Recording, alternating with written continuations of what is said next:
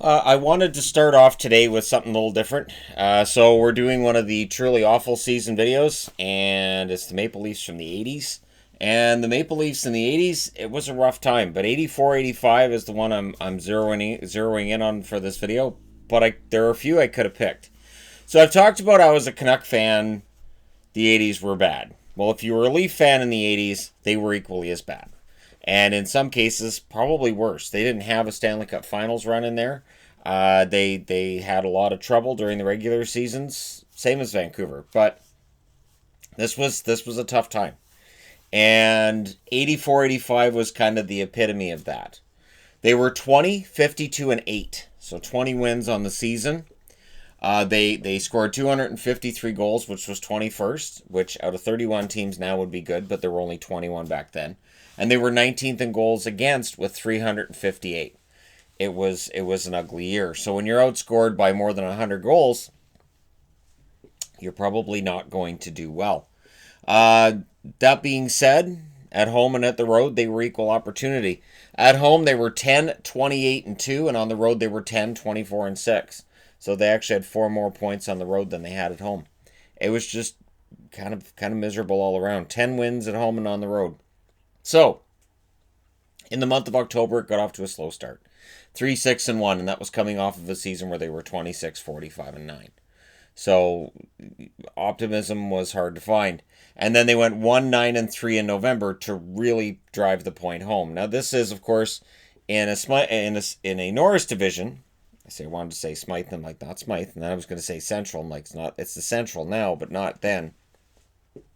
But this is at a time where the Norris division, during most of the 80s, the Norris division wasn't one that really had contenders in it. So 2-11-1 was the record in December. And then in January, things get a little better. They're 5-6-1. February, 5-8-1. March, 4-9-1. And then in April, they were 0-3. So, January through March, they win 14, they lose 23, and they have 3 ties. And you still look at that and go, they were better, though, once we got into 1985. Things got better. They finished last in the league, and they earned themselves the number 1 draft pick by doing so. Now, to really drive the point home, if they'd finished last overall the year before, they would have got Mario Lemieux. But it was 1985 where they drafted Wendell Clark. And Wendell Clark, very good career against Lemieux. So again, if they had bottomed out like this the year before, although 48 points still would have left them clear of both New Jersey and Pittsburgh, so they would have had to get a lot worse. Honestly, this was a team that needed that superstar player, and it never really felt like they had that big superstar. They had a goal scorer in Vive. Wendell Clark provided a little bit of everything, but they needed that big name goal scorer. October 14th through November 5th, they lost 8 out of 9. December 26th through January 9th, they lost 7 in a row. March 5th to 16th, they lost 6 in a row.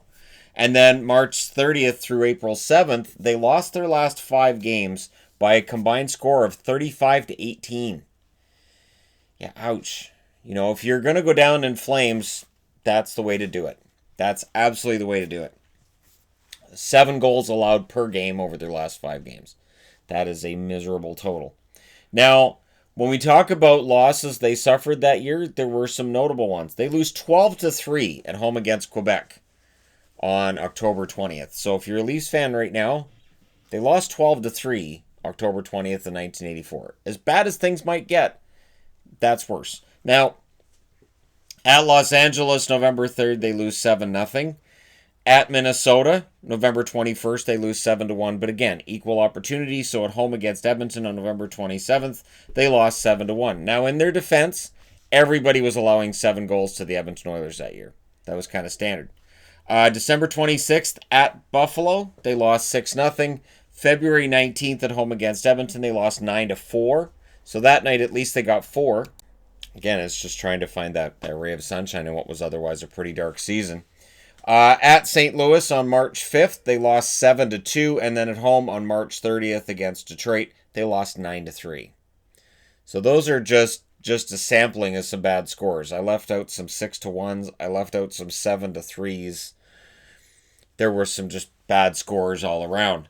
And again, it was a team that, you look at it on paper and it's not a horrible team, but it wasn't good enough on any given night. Captain was Rick Vive, so he was the captain of this ship. Had to be tough. This is during the Harold Ballard era, of course. This is part of the reason why, as much as I like these jerseys, as much as other people might like these jerseys as well, I understand if you're a Leafs fan and this logo and this setup is one that you are really glad has gone into the past. Rick Vive that season had 35 goals, 33 assists. He also had 13 power play goals. John Anderson, 32 goals, 31 assists, 63 points. He had one hat trick, 5 game-winning goals, and 14 power play goals.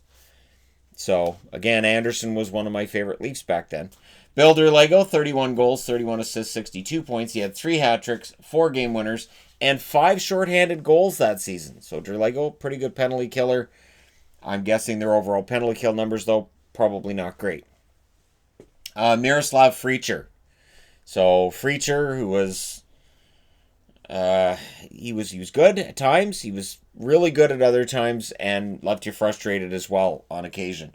25 goals, 30 assists, 55 points. Dan Daou, 17 goals, 37 assists, 54 points. Peter Inachek, 22 goals, 22 assists, 44 points.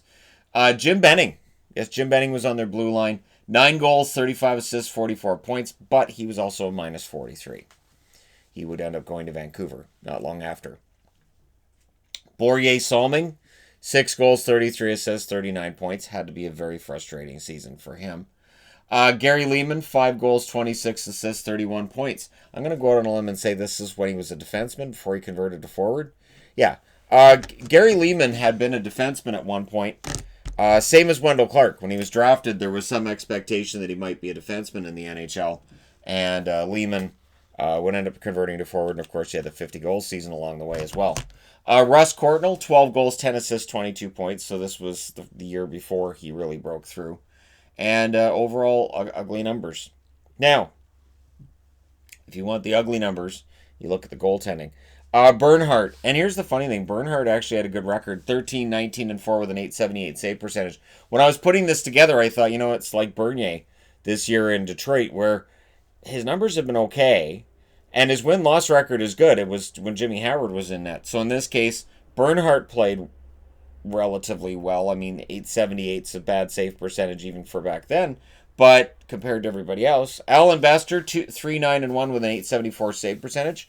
Rick St. Croix, 2-9 with an 824 save percentage. And Ken Reggett, 2-15-3 with an 865 save percentage. Bester and Reggett would actually put together a couple of pretty good seasons. You didn't see any hints of that there. So their overall goaltending picture was not great. Now, toughness, they had the toughness. McGill had 250 penalty minutes that year. Yeah, Bob McGill was a tough guy. Brubaker had 209 penalty minutes. Jim Korn, 171 penalty minutes. And Rick Vive himself, the goal scorer, 112 penalty minutes. Gary Nyland, who had 99 penalty minutes, also sported a minus 42 on the plus-minus chart. The only guy that was a positive that year, Walt Podubny, who was a +1. Yeah, that's one of those things. Walt Podubny was one of my favorite players for the Leafs at that stage, too. I didn't have him in my favorite Leafs because he wasn't there that long. But yeah, Nyland, minus 42. So rough season for the defense. Because, again, the goaltending numbers aren't very good. And the scoring wasn't there, comparatively speaking, with the rest of the NHL. I want you to think for a minute about how 253 goals was the worst. And we have teams in the NHL now that can push for a playoff spot with barely 200 goals. So, 81-82, the Leafs were 20, 44, and 16. I could have picked that season, went with this one instead. Because, again, the 52 losses and 8 ties just make it that much worse. 82-83, they were 28, 40, and 12. 83-84, they were 26, 45, and 9. The year after this one, they went 25, 48, and 7. So the addition of Wendell Clark takes them from 48 points to 57. The following season, 32, 42, and 6. Not that bad. And then they drop right back down the following year to 21, 49, and 10. And 88, 89, 28, 46, and 6. It was a really rough era. Now, the reason I bring this up is because I always hear a lot of talk about the Leafs right now and, they're not very good. And the Leafs are actually pretty good. Comparatively speaking with the 80s, they're really good. And it is a matter of comparisons.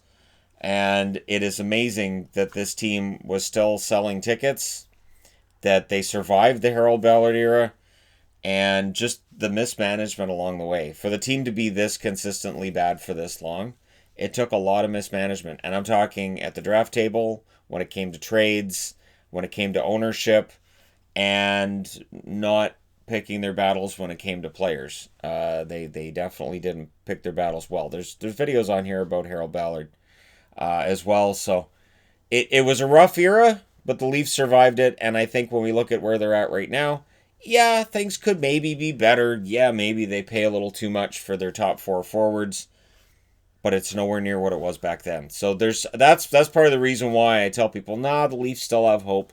Let's just not, because again, it's all a matter of relativity, and relative to this season, yeah, the Leafs are much, much better than what they've been. But there you go. The 1984-85 season of the Toronto Maple Leafs, one of those really, truly awful seasons. Again, the team managed to survive. And I will say this, that team had a lot of character to it. All right. Thank you guys so much for watching. Don't forget to hit like and subscribe if you're browsing your way through, you just happen upon this video. And remember, stay home as often as you can. Stay as safe as possible. Remember to keep your hands nice and clean. And hey, thank you guys so much for watching, for all your support. I will talk to you again soon.